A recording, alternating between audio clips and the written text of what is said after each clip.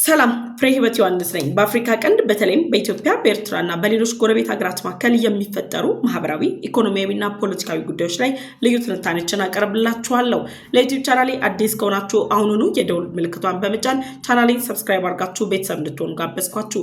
ቻናሌን ሰብስክራይብ አድርጋችሁ ቤተሰብ ከሆናችሁ ደግሞ ላይክ እና ሼር በማድረግ ለወዳጅ ዘመዶቻችሁ መረጃውን እንድታጋሩ እጋብዛችኋለሁ። በዛሬው ቆይታችን ላይ በሁለት አንኳር ጉዳዮች ላይ ሰፋ ያለ ጊዜ ይኖረናል። የመጀመሪያው አንኳር ጉዳይ የሚሆነው ከወደ ኢራን ለኢትዮጵያ አስገራሚ የተባለ የምስራች ተሰምቷል። ከኢራን የተሰማው የምስራች ደግሞ ለኤርትራው ፕሬዝዳንት ኢሳያስ አፈወርቂ አስደንጋጭ መርዶም ሆኖበታል። ከኤርትራ ጋር ጠንካራ ግንኙነት እንዳላት የሚነገርላት ኢራን ኤርትራን ያላካተተ ኢትዮጵያን ያሳተፈ አስገራሚ መድረክን አዘጋጅታለች። በመድረኩ ላይም በኢትዮጵያ ከፍተኛ ባለስልጣናትና በኢራኑ ፕሬዝዳንት ማዕከልም የሁለትዮሽ ንግግር ተደርጓል። በዚህ ጉዳይ ላይ ሰፋ ያለ ትንታኔ እንሰጣችኋለሁ። ሁለተኛው አጀንዳችን የሚሆነው ደግሞ በኢትዮ ኤርትራ ድንበር ላይ አዲስ ኮማንዶ ኃይል ተመርቋል። ያ ኮማንዶ ኃይል ለምን ተመረቀ? የዚህ ኮማንዶ ኃይል ምርቃትን በተመለከተም ዝርዝር መረጃዎችን ይዤላችሁ ቀርቤያለሁ። እስከ ፕሮግራሙ ፍጻሜ ድረስ አብራችሁ እንድትቆዩ እየጋበዝኩ ለዩቲዩብ ቻናል አዲስ ከሆናችሁ የደወል ምልክቷን ተጭናችሁ ቻናሌን ሰብስክራይብ እንድታደርጉ ጋበዝኳችሁ። ቻናሌን ሰብስክራይብ አድርጋችሁ ቤተሰብ ሆናችሁ ደግሞ ላይክ እና ሼር በማድረግ ለወዳጅ ዘመዶቻችሁ መረጃውን እንድታጋሩም ጠይቃችኋለሁ። አብራችሁ ቆዩ። የኤርትራ መንግስት አጋር እንደሆነች የሚነገርላት ኢራን አሁን ላይ በኢትዮጵያና በኤርትራ መካከል ያለው ውጥረት እየተባባሰ በመጣበት በዚህ ወቅት ላይና የኤርትራ መንግስት ከምን ጊዜውም በላይ የጦር መሳሪያ ድጋፍ፣ የጦር መሳሪያ ትጥቅ እያስፈልገው ባለበት በዚህ ወቅት ላይ ኢራን ከኢትዮጵያ ጋር ያላትን የሁለትዮሽ ግንኙነት ለማጠናከር የሚያስችል መድረክ መፍጠሯ ነው እየተነገረ የሚገኘው። መህር ሚዲያ ወይም ደግሞ መህር ኒውስ የሚባለው በኢራን መንግስት የሚደገፈው የሚዲያ ተቋም ይፋ ባወጣው መረጃ መሰረት የኢትዮጵያ ህዝብ ተወካዮች ምክር ቤት አፈ ጉባኤ የሆኑት ክቡር አቶ ታገሰ ጫፎ የሚመራ ልዑክ ቡድን ኢራን ቴህራን ድረስ በመሄድ ከኢራኑ ፕሬዝዳንት እንዲሁም ደግሞ ከኢራን የውጭ ጉዳይ ሚኒስትርና የተለያዩ የመከላከያ ሰራዊት አመራሮች ጋር በጋራ መምከራቸው ተሰምቷል። ይህ ደግሞ ለኤርትራው ፕሬዝዳንት ኢሳያስ አፈወርቂ ያልተጠበቀ መርዶ ሆኖባቸዋል። የኤርትራው ፕሬዝዳንት ኢሳያስ አፈወርቂ ከኢትዮጵያ ጋር የገቡበትን ውጥረት ተከትሎ ከተለያዩ ሀገራት ጋር ያላቸውን ግንኙነት እያጠናከሩ ባሉበት በዚህ ወቅት ላይ ከሳውዲ አረቢያና ከኢራን ጋር እያደረጉት ባሉት ግንኙነት ይበልጥ እንዲጠናከር ከፍተኛ ጥረት እያደረጉ መሆናቸው የሚታወቅ ነው።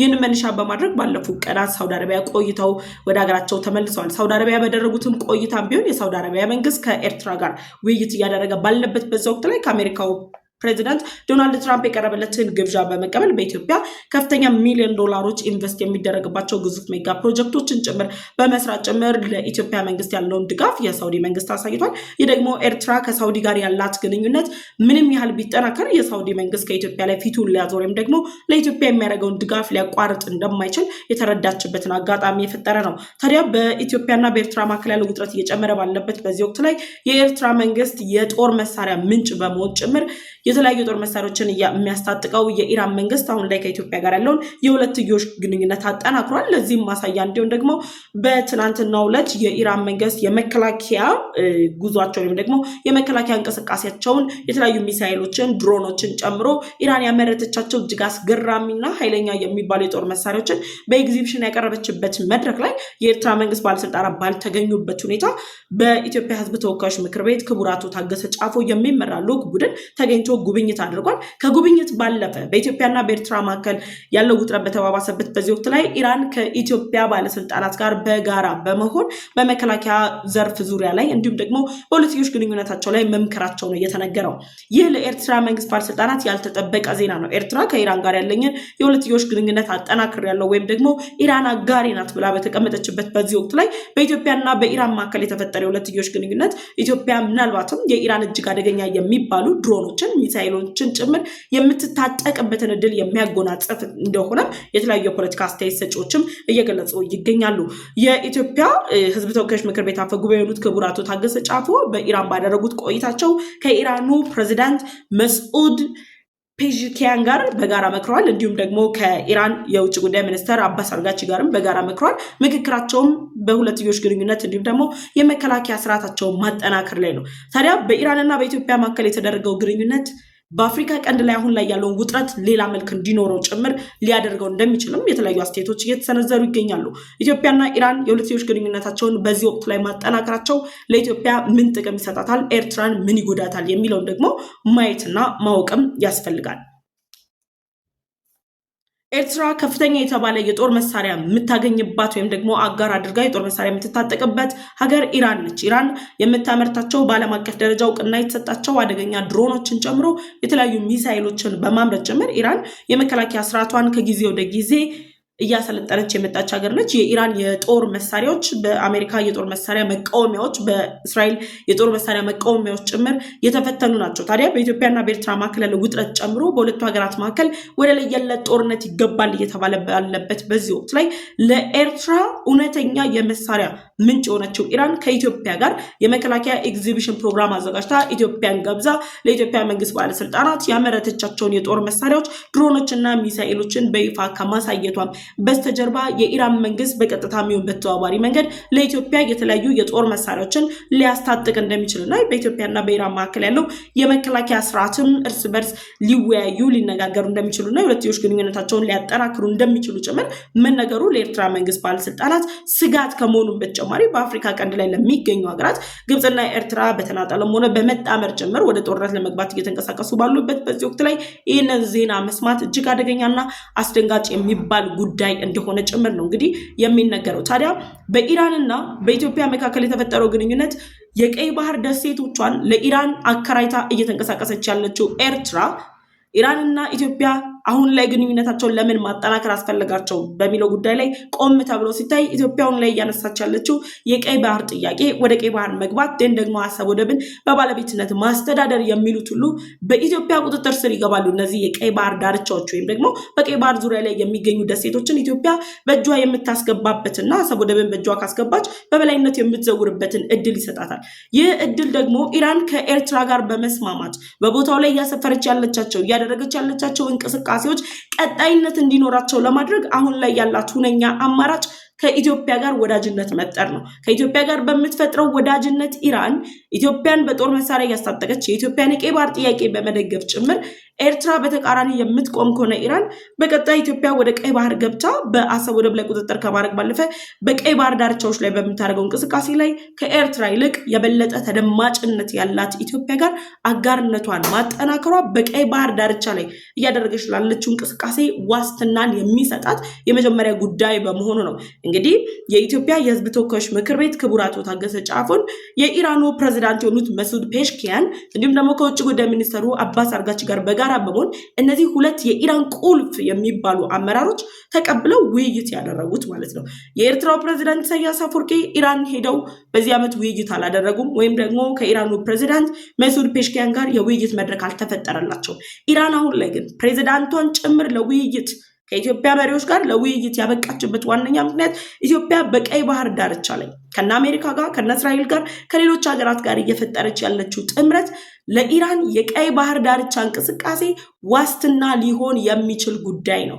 በምንም አይነት ታምር ኤርትራ አሁን ላይ ባለችበት ሁኔታ ከሀያላኑ ሀገራት ጋር ግጭት ውስጥ እየገባች ከኢትዮጵያ ጋር ግጭት ውስጥ እየገባች ባለችበት ሁኔታ ላይ የቀይ ባህር ጉዟ የኢራን የደህንነቱ ጉዳይ ጥያቄ ምልክት ውስጥ ነው የሚገባው። ያን ጥያቄ ለማጥፋት ከኢትዮጵያ ጋር ያላትን የሁለትዮሽ ግንኙነት ማደስ፣ በመከላከያ ዘርፉ ላይ መጣመር፣ ደግሞ ኢትዮጵያ የጦር መሳሪያ ግዢዋ ላይ ወይም ደግሞ የጦር መሳሪያ በማምረት ሂደቷ ላይ ጭምር ኢራን ከኢትዮጵያ ጋር ያላትን አጋርነት ማጠናከሯ ለራሷ የቀይ ባህር ደህንነት ዋስትና አድርጋ ስለምትጠቀመው ነው።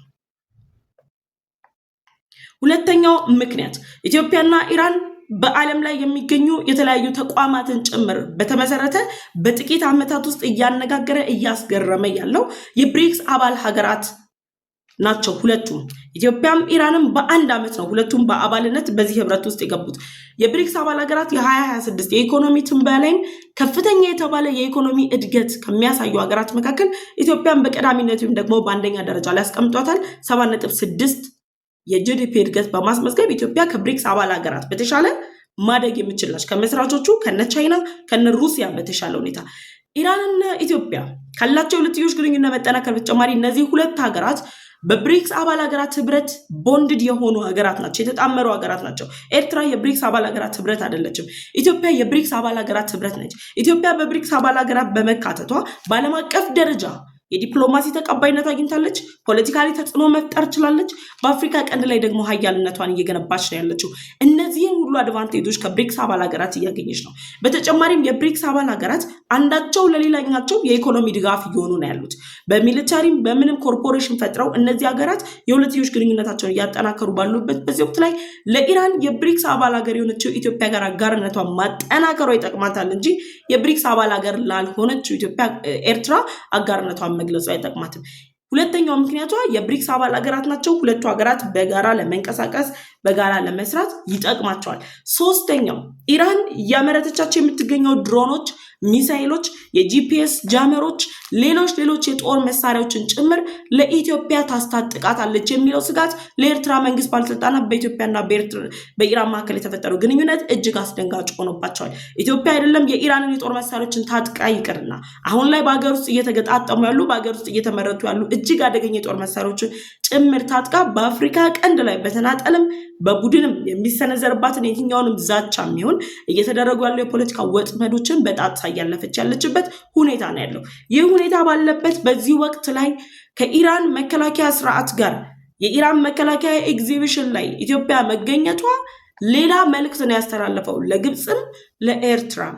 ይህ ማለት ኢትዮጵያ እነዚህ አደገኛ በማለት የሚነገርላቸውን የጦር መሳሪያዎችን የመታጠቅ እድሉ አላት።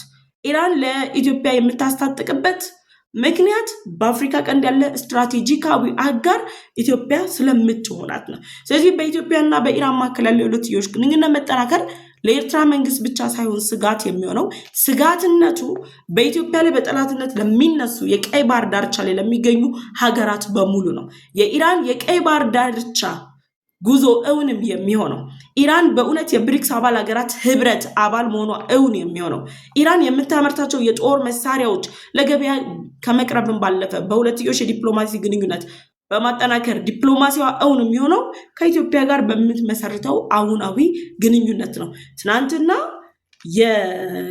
በኢራን መንግስት የሚደገፈው መህር ሚዲያ ይዞት የወጣው ዜና የኢትዮጵያን መከላከያ ኃይልን ከማጠናከርና በኢትዮጵያና በኢራን መካከል የተፈጠረው የዲፕሎማሲ ግንኙነት ለኢትዮጵያ ከሰጠው ትርጉም በላይ ኤርትራ የተክጃለው ክደት ተፈጽሞብኛል የሚል ሀሳብ ወይም ደግሞ ስሜት እንዲሰማት ነው ያደረገው። ምክንያቱም ኤርትራ አሁን ላይ ከኢትዮጵያ ጋር ያለችበትን ውጥረት ወደ ጦርነት ለመቀየር እያሰበች ያለችው የኢራን የጦር መሳሪያዎችን በመተማመን ነው። ከኢራን ጋር ያላትን አጋርነት በመተማመን ነው። ግን ደግሞ ኢራን ኤርትራን ባልጋበዘችበት ሁኔታ የኢትዮጵያ ባለስልጣናትን በመጋበዝ ዓለም ሊታደምበት የሚፈልገው የመከላከያ ስርዓት ኤግዚቢሽኗ ላይ የኢትዮጵያ ከፍተኛ ባለስልጣናት ተገኝተዋል። ከመገኘትም ባለፈ ደግሞ ፕሬዚዳንቱ ጭምር ከኢትዮጵያ ተወካዮች ጋር በጋራ መክረዋል። ስለዚህ የኢራን የመከላከያ ኤግዚቢሽን እንኳን ኢትዮጵያ አይደለችም እንኳን ኤርትራ አይደለችም ሀያላን ሀገራት ከኢራን ጋር ጸብ ውስጥ ወይም ደግሞ ችግር ውስጥ ግጭት ውስጥ ያሉት ሁሉ ቢገኙበት ደስታቸው ነው። የኢራን የመጨረሻ የጦር ቴክኖሎጂ ወይም ደግሞ የጦር ግኝት ጭምር በይፋ የሚታይበት ኢራን የጦር መሳሪያ ምርት ላይ ምን ደረጃ ላይ እንዳለች ተጨባጭ የሆኑ ነገሮች የሚንጸባረቁበት ትልቅ መድረክ ስለሆነ እዛ መድረክ ላይ ኤርትራ መገኘት ካልቻለች ለኤርትራ መንግስት ባለስልጣናት አሁን ላይ ሊረዱት ወይም ደግሞ ሊገለጽላቸው የሚችለው ወይም የሚገባው ነገር ቢኖር ኢራንና ኤርትራ ያላቸው ግንኙነት ኢራን ከኢትዮጵያ ጋር ያላትን ግንኙነት በማጠናከር ላይ የተመሰረተ ነው። ኢራንና ኢትዮጵያ ሁለትዮሽ ግንኙነታቸውን አጠናክረው ከቀጠሉ ኢትዮጵያ አሁን ላይ እያቀረበች ያለችው የቀይ ባህር ጥያቄ ምላሽ አግኝቶ ኢትዮጵያ ወደ ቀይ ባህር መግቢያ የባህር በር በእጇ ስታስገባና የአሰብ ወደብን ጨምሮ ሌሎች የቀይ ባህር ዳርቻ አካባቢዎች 1600 ኪሎ ሜትር የሚሸፍነውን አካባቢ ስትቆጣጠር ኢራን ትክክለኛ አጋሯ ብቻ ሳይሆን አዋጭ አጋሯ ኢትዮጵያ እንደሆነች የታመነ ነው። ስለዚህ ለኤርትራው ፕሬዝዳንት ኢሳያስ አፈወርቂ ክህደት ነው። እኚህ ሰውዬ ምነው መከራቸው በዛባቸው የሚያስብል ነገር ነው። ከሳውዲ ጋር እየመከሩ ባሉበት ነው የሳውዲ መንግስት ከ90 በላይ ግዙፍ ሜጋ ፕሮጀክቶችን በኢትዮጵያ ላይ ለመስራት ከኢትዮጵያ መንግስት ጋር ስምምነት የፈጸመው።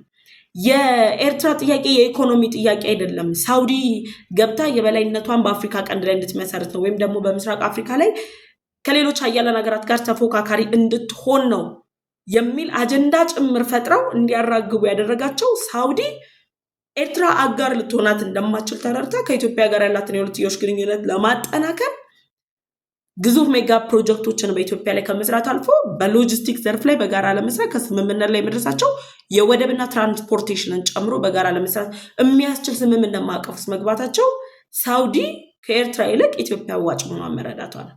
አልቆየም፣ ትናንትና ነው እንግዲህ ኢራን ደግሞ ይሄንን ያደረገችው። ስለዚህ የኤርትራው ፕሬዝዳንት ኢሳያስ አፈወርቂ እየፈጠሩት ያሉት የሁለትዮሽ ግንኙነት እየፈጠሩት ያሉት የዲፕሎማሲ ጥረት ሁሉ እየተባዛ በዜሮ ውጤቱ የሚመጣው ኢትዮጵያ ጋር ነው።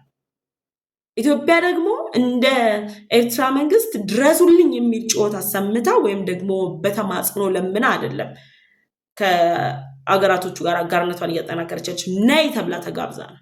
የኢራን የህዝብ ተወካዮች ምክር ቤት ለኢትዮጵያ ህዝብ ተወካዮች ምክር ቤት ግብዣ አቅርቧል። ለምን የኤርትራ የህዝብ ተወካዮች ምክር ቤት አልተጋበዘም? ምን ሰርተው? ማን ነው የህዝብ ተወካዮች ምክር ቤቱ? ምን ተሰርቶ ምን ተገኝቶ? ኢራን ምን አየው ብላ የመከላከያ ሌተስት አፕዴቷን አሁን ላይ እየተጠቀመችበት ያለችው የጦር ቴክኖሎጂ ምን አገኘው ብላ ለኤርትራ ታሳያት። የትኛው የኤርትራ የጦር መሳሪያ ቴክኖሎጂ ተጠቅማ ነው? ኢትዮጵያ ግን የራሷን ድሮኖች ማምረት ጀምራለች። በመከላከያ ዘርፉ ላይ እያሳየች ያለችው እንቅስቃሴ አለ። በሰሞኑን እንደውም የኢትዮጵያ መከላከያ ሰራዊት የተለያዩ ለሰራዊቱ የሚጠቅሙ ትጥቆችን ጭምር የቦርሳዎች፣ ሌሎች የጦር መሳሪያዎችን ጭምር ማምረት እንደሚችል አሳይቷል።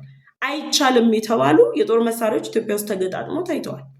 አሁን ላይ እነ አሜሪካ፣ እነ ፈረንሳይ፣ እነ እስራኤል፣ እነ ራሽያ፣ ሌሎች ሀገራት ከኢትዮጵያ መከላከያ ሰራዊት ጋር በጋራ ለመስራት እያደረጉት ያሉት እንቅስቃሴ ኢራን ከኢትዮጵያ ጋር የማትወዳጅና ከኢትዮጵያ ጋር የማትጣመር ከሆነ ራሷን አደጋ ውስጥ የሚከታት። ይህን መነሻ በማድረግ ነው ኢራን ለኢትዮጵያ ልዑክ ቡድን የመከላከያ ኤግዚቢሽን ላይ እንዲጋበዝ አድርጓለች። ከመጋበዝም ባለፈ ደግሞ እዛ ሄዶ ተሞክሮ የወሰደው የኢትዮጵያ ልዑክ ቡድን ግቡን መጥቶ ነው የመጣው። ፕሬዚዳንቱን ማግኘት ትልቅ እድል ነው። የመከላከያ ኃላፊዎችን ባለስልጣናትን ማግኘት ትልቅ እድል ነው። የውጭ ጉዳይ ሚኒስትሩን ማግኘት ትልቅ እድል ነው። መድረኩ ግቡን የመታና የተጨበጨበለት መድረክ እንዲሆን አድርጎታል። ለዚህም ነው የኢራን ሚዲያዎች ከኢትዮጵያ ጋር ያላቸውን የሁለትዮሽ ግንኙነት ለማጠናከር በጋራ እየሰራን ነው የሚሉ ዘገባዎችን ከትናንትና ጀምሮ ዛሬ ንጋት ድረስ ሲያንጸባርቁ የቆዩት። ይሄ የሆነ ባለበት ሁኔታ ላይ የኤርትራ አጋር ኢራን ናት በማለት የሚነዙ ፕሮፓጋንዳዎች ኤርትራ ኢራን አጋር ነች፣ ፎሬቨር የተባባልን አጋር ነች በማለት መንቀሳቀስ አይቻልም፣ ከባድ ነው የሚሆነው። ስለዚህ ኤርትራ ሰሞኑን ግብጽ በሳውዲ ጀርቤን ተወግቻለሁ፣ በሳውዲ ክደት ተፈጽሞብኛል አለች። ኤርትራም ክደት ተፈጽሞብኛል አለች በሳውዲ። ዛሬ ደግሞ ኢራን ከኢትዮጵያ ጋር የሁለትዮሽ ግንኙነቷን ለማጠናከር በተለይ ደግሞ መከላከያው ኃይሏ ላይ ያላቸውን ትብብር ለማሳደግ ሲጣመሩ ምንድነው ተብሎ የሚዘገበው ነው አሁን ጉዳዩ የሚሆነው። ስለዚህ በኢራንና በኢትዮጵያ መካከል ውይይት ተደርጓል። የኢትዮጵያ ከፍተኛ ባለስልጣናት የኢራን የመከላከያ ኤግዚቢሽንን ጎብኝተዋል። የኢራኑ ፕሬዝዳንት መሱድ ፔሽኪያንስ ከኢትዮጵያ ሕዝብ ተወካዮች ምክር ቤት ክቡር አቶ ታገሰ ጫፎ ጋር በጋራ መክረዋል። ስለዚህ በቀጣይ በኢራንና በኢትዮጵያ መካከል ያለው ግንኙነት ሚሳኤሎችን፣ ድሮኖችን እስከ መታጠቅ ሊዘልቅ እንደሚችል የታወቀ ነው። ስለዚህ ኢራን በቀጣይ ለኤርትራ ስታስታጥቅ የነበረ የጦር መሳሪያ ሁሉ አቅጣጫውን ይቀይራል፣ ወደ ኢትዮጵያ ነው የሚመጣው የሚሉ ስጋቶች ለኤርትራ እንቅልፍ የሚነሳ ጉዳይ ሆኗል። የእናንተን ሀሳብ አስተያየታችሁን በኮሜንት ሴክሽን ላይ ያስቀምጡልኝ። የመጀመሪያው አጀንዳችን ነው። ወደ ሁለተኛው አጀንዳችን እንሻገራለን። ሁለተኛው አጀንዳችን በኢትዮ ኤርትራ ድንበር ላይ የኮማንዶ ኃይል ተመርቋል። ይህን ኮማንዶ ኃይል ማን ያስመረቀው? ለምንድን ነው የተመረቀው? በምርቃት ፕሮግራሙ ላይ እነማን ተገኙ? የሚለውን ጨምሮ ሌሎች መረጃዎችም ይፋ ወጥተዋል። በጀነራል ገብረ ጉሽ የሚመራው የህዋት ራሱን አርሚ 15 ብሎ የሚጠራው ኃይል ነው እንግዲህ የኮማንዶ ኃይል ትናንትና በኢትዮ ኤርትራ ድንበር አቅራቢያ ላይ ያስመረቀው። ይህ አርሚ 15 የምንለው የህዋት ከፍተኛ ባለስልጣናት ጋር ግጭት ውስጥ ገብቶ የነበረ ኃይል ነው። የጥቅማ ጥቅም ጥያቄዎች፣ ሌሎች የመብት ጥያቄዎችን ጭምር በህዋት አመራሮች ላይ በማንሳት መንገድ ዘግተው ተቃውሞ ሲያደርጉ ከነበሩ ኃይሎች መካከል ቀዳሚ የሆነ ኃይል ነው። ታዲያ የአርሚ 15 አሁን ላይ ደግሞ ከፍተኛ ቁጥር ያላቸው ኮማንዶችን አሰልጥኜ አስመርቅ ያለው ይላል። ያስመረቀበትም ደግሞ በኢትዮ ኤርትራ ድንበር አካባቢ ላይ ነው። ይህ ደግሞ ታዲያ በህወሓትና በፌዴራል መንግስቱ መካከል በተደረሰው የፕሪቶሪያ ስምምነት ላይ ትጥቅ መፍታትን ስምምነትን የፈረመው ህወሓት በይፋ የፕሪቶሪያው ስምምነትን እየጣሰ አዲስ የጦር ኃይል ጭምር እያሰለጠነ እያስመረቀ መሆኑን የሚገልጹ ናቸው። የአርሚ 15 በኢትዮ ኤርትራ ድንበር ላይ አዲስ አሰልጥኖ ኮማንዶ ማስመረቁ ብቻ ሳይሆን አስገራሚ ነገሩ አርሚ 15 በራሱ በህወሓት ላይ ተቃውሞ ሲያሰማ ነበር። ከህወሓት ጋር በገቡበት ተቃውሞ ነው እንግዲህ የአርሚ 15 መሪ የነበሩት ጀነራል ገብረ ጉሽን የህወሓት ቡድን አግቷቸው እንደነበር ጭምር የተለያዩ ታማኝ የመረጃ ምንጮች ከመቀለ ከተማ ድረስ በተለያዩ መንገዶች መረጃዎችን ሲያደርሱ ቆይተዋል። ታዲያ በዛ ሁሉ ሲፈተን የነበረው አርሚ 15 ኮማንዶ አሰልጥኖ አስመርቋል። እነዚህ ኮማንዶች ደግሞ እንዳሉት ከሆነ የትግራይ ክልል ጸጥታ ኃላፊ አቶ ፍስሐም ተገኝተው ነበረ። በተገኙበት መድረክ ላይ እሳቸው ያስተላለፉት መልእክት ብሎ ወይን የተባለው የህወሓት የሚዲያ የመረጃ ምንጭ እንደጠቆመው ከሆነ በጥቂት ሰራዊት አሸናፊ መሆን የሚቻልበት መንገድ ላይ ነው እየሰራን ያለ ነው። ህዝባችን ግጭት ውስጥ መግባት አይፈልግም በማለት ደረጃ ያስቀምጣሉ። እንግዲህ በኢትዮ ኤርትራ ድንበር ላይ አርሚ 15ን አሰልጥኖ ኮማንዶ አብቅቻለሁ እያለ ያለው ህወሓት ወደ ግጭት መግባት አልፈልግም ማለት ሰው የፕሪቶሪያ ስምምነት በመጣስ ጭምር ነው እንግዲህ የተለያዩ ትንኮሳዎችን እያደረገ የግጭት ቅስቀሳ እያደረገ ህዝብና ህወሓት አንድ ነው የሚል ገጽታን ለመገንባት ህዝቡን እያስገደደ ወጣቶችን ከእናት ከአባታቸው በግዳጅ እያወጣ ጭምር እንቅስቃሴ እያደረገ ያለው ህወሓት ከፍተኛ የጦር መሪዎቹን ጀነራሎቹን ባሰለፈበት በዚህ ሁኔታ ላይ በኢትዮ ኤርትራ ድንበር ላይ አርሚ 15 ኮማንዶዎችን አስመርቅ ያለው ካለ በኋላ ደግሞ ወደ ግጭት ለመግባት ፍላጎት እንደሌላቸው ጭምር እየተገለጸ ነው ያለው። እንግዲህ አርሚ 15 የምንለው በህወሓት ብቻ የሚዘወር ነው ወይ ለሚለው ጥያቄ ምላሽ ያስፈልጋል። ህወሓት ለብቻው ሊያሰለጥን አይችልም። በኢትዮጵያ ውስጥ ጉዳይ ላይ ውስጥ በመግባት እየተንቀሳቀሰ የሚገኘው የሻዕቢያ መንግስት የጦር መሳሪያ ድጋፍ ይሰጣል፣ የጦር ስልጠናም ይሰጣል። ከዛም በተጨማሪ ደግሞ ኦልሞስት ወደ 3 ሳምንት 4 ሳምንት በፊት የሻዕቢያ ከፍተኛ የጦር አመራሮች እነ ዶክተር ደብረጽዮን ገብረ ሚካኤል ሞንጆሪኖ ለነ ጀነራል ምግበይን ያካተቱ መድረኮች ፈጥረው ነበር ባድሜ ላይ። እዛ ላይም ሲወያዩ የውስጥ ሰላምን ማዋቅ ህወሓትን እድሜውን እንደሚያራዝመው ጭምር መወያየታቸውን የሚገልጹ መረጃዎችም እየወጡ ነበር። ህወሓት አሁን ላይ ከምርጫ ቦርድ ህጋዊ አካልነቱ ከተሰረዘ በኋላ በትግራይ ክልል ያለው የህልውና ጉዳይ ጥያቄ ምልክት ውስጥ በገባበት በዚህ ወቅት ላይ እድሜውን ለማራዘም ጭምር ከፍተኛ ጥረት እያደረገ ነው ያለው። እድሜውን ለማራዘም በሚያደርገው ጥረት ላይ ደግሞ የውስጥ ችግሮችን መፍጠር ቀዳሚ አጀንዳው አድርጓል። በትግራይ ክልል ከፍተኛ ተቃውሞ እየተነሳበት ነው ያለው። ህዝቡ እየተቃወመው ነው ያለው። ወጣቶች እየተቃወሙት ነው ያሉት። እንግዲህ ከቀናት በፊት መንገድ ዘግተው የጥቅማ ጥቅም ጥያቄ ሲያነሳ የነበረውን የአርሚ 15ን መሪውን እንግዲህ ጀነራል ገብረ ጉሽን አግቶ የነበረው ኃይል አሁን ደግሞ ኮማንዶ አሰልጥኜ አስመርቅ ያለው ጭምር በማለት የጦር ዝግጅት እያደረጉ እንደሆነ ነው የገለጹት።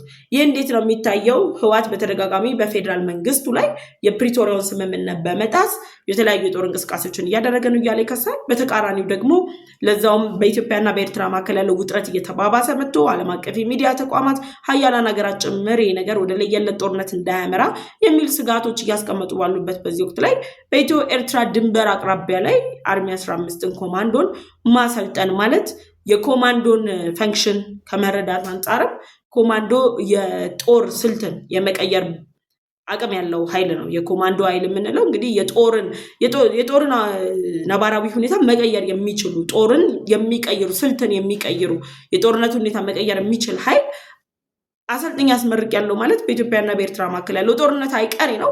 ኤርትራ ለምትሰጣቸው ድጋፍ ፖዚቲቭ የሆነ ምላሽ የሰጡበት መንገድ ነው ያለው። ስለዚህ አሁን ላይ እየተደረጉ ባሉ ጥረቶች ኤርትራ በኢትዮጵያ ውስጥ ጉዳይ ላይ ጣልቃ አልገባሁም በሚል እያስቀመጠች ያለችው ነገር የእውነት ተጨባጭ እንዳልሆነና ሐሰተኛ መሆኑን በይፋ ያረጋገጠ ነው። እንግዲህ አርሚ 15 ኮማንዶን አስመርቀዋል። ኮማንዶ በምስልም ወጥቷል፣ በፎቶም ወጥቷል። ኮንፍሊክት ዞንም ጭምር ይሄንን ዘገባ ዘግቦታል። እንግዲህ ህወሓት አሁንም አርሚ እያለ ከበድ ያለ ስም እየሰጣቸው ጥቂት ወጣቶችን እያሰለጠነ እያስመረቀ ነው ያለው። እነዚህ ሁሉ አካሄዶች ለሁለተኛ ዙር ጦርነት ዝግጅት ነው። የሁለተኛ ዙሩን ጦርነት አይቀሬነት በይፋ እያረጋገጡ ያሉበት መንገድ ነው ያለው። የፌዴራል መንግስቱ የፕሪቶሪያውን ስምምነት ጥሷል እያለ ያለው ህወሓት ነው እንግዲህ አሁን የጦር ኃይል በማደራጀት እና በማስታጠቅ የፕሪቶሪያውን ስምምነት እየጣሰው። ስለዚህ አርሚ 15ን ያስታጠቀው የህወሓት ቡድን ከየት አስታጠቀው ካልን በድጋፍ ነው፣ ከሻዕቢያ መንግስት በሚደረግለት ድጋፍ ነው። በሱዳን እያሰለጠነ ያለው አርሚ 7 አለ። ሌሎችም ኃይሎች በየአቅጣጫው እያሰለጠነ ነው ያለው። የእነዚህ ሁሉ መጨረሻቸው ምንድን ነው ካልን ደግሞ ራሱን ህወሓትን መዋጥ ነው። ከቀናት በፊት ህወሓት ላይ የጥቅማ ጥቅም ጥያቄ አንስተው መንገድ ዘግተው የህወሓት ከፍተኛ አመራሮች እንዳይንቀሳቀሱ አድርገዋቸዋል። ራሱ አርሚ 15 በትግራይ ክልል ያለው ጊዜያዊ አስተዳደር ጀነራል ታደሰ ወረደ ሊያስተካክላቸው የሚገቡ ጉዳዮች በማለት በመሪዎቹ በኩል ሀሳብ ሰጥቷል። ከህወሓት መስተካከል ያለባቸው ጉዳዮች በማለት ሀሳብ ሰጥቷል። እነዚህ ሀሳቦችን ባንጸባረቁበት ሁኔታ ላይ በየትኛውም ቡድን ላይ መሻሻሎች ባልታዩበት በዚህ ወቅት ላይ ኮማንዶ አስመርቅ ያለው ማለት እንግዲህ ለጦርነት ተዘጋጅቻለሁ እንደማለት ነው። ስለዚህ ህወሓት አርሚ 15 ኮማንዶን ከማስመረቅ ባለፈ ሌሎች የጦር ዝግጅቶችንም እያደረገ እንደሆኑ ደግሞ መረጃዎች እየገለጹ ነው ያሉት። ግን የጦር ዝግጅቱ በራሱ ደግሞ ራሱ ላይ ወጥመድ እየሆነ በትግራይ ክልል ያለው አሁናዊ መበታተን የህወሓት ኦልሞስት በቃ መሞት ትንፋሽ መቋረጥን ደረጃ እየደረሰ ያለበት ሁኔታ ነው ያለው። ስለዚህ በቀጣይ ምን ሊፈጠር ይችላል? አርሚ 15 የተመረቀው ኮማንዶ የትኛውን ጦርነት ነው አቅጣጫ የሚቀይረው? የትኛውን ጦርነት ላይ ነው ስልታዊ አካሄድ ሄዶ መልኩን ሊቀይር የሚችለው? እንግዲህ ዊ ኦል ኖ። ስለዚህ በኢትዮጵያና በኤርትራ መካከል ያለው ውጥረት ሲበረታ ህወሓት ኤርትራ ሊደግፍ የሚችል በኤርትራ ድንበር ላይ የሚቆም ኃይል ማቆሙ ከኤርትራ ጎን በይፋ መሰለፉን የሚያሳይና ኢትዮጵያን ለማፈራረስ ደግሞ በጋራ እየሰሩ መሆናቸውን ማረጋገጫ የሆነ እንቅስቃሴ ነው ማለት ነው። ስለዚህ እናንተ የአርሚ 15 የኮማንዶ ምሩቃን ላይ ያላችሁን ሀሳብ አስተያየት በኮሜንት ሴክሽን ላይ ያሳውቁኝ። በቀጣይ ህወሓት ምን ይራመዳል፣ የትኛውን ኃይል ደግሞ ያስመርቃል የሚለውንም መረጃውን ተከታትዬ ይዤላችሁ እመጣለሁ። እስካሁን አብሬያችሁ ቆይታ ያደረኩት እኔ ፍሬ ህይወት ዮሐንስ ነበርኩኝ። በአፍሪካ ቀንድ በተለይም ደግሞ በኢትዮጵያ በኤርትራና በሌሎች ጎረቤት ሀገራት መካከል የሚፈጠሩ ሁሉን አቀፍ ነገሮችን በትንታኔ እያቀረብኩላችሁ እገኛለሁ። ስለምታበረታቱኝ እጅግ አድርጌ አመሰግናችኋለሁ። ለዩቲዩብ ቻናል አዲስ ከሆናችሁ የደወል ምልክቷን ተጭናችሁ ቤተሰብ ሁኑ። ቤተሰብ ከሆናችሁ ላይክ እና ሼር ማድረጉ እንዳይረሳ። በቀጣይ በሌሎች ፕሮግራሞች እመለሳለሁ። መልካም ጊዜ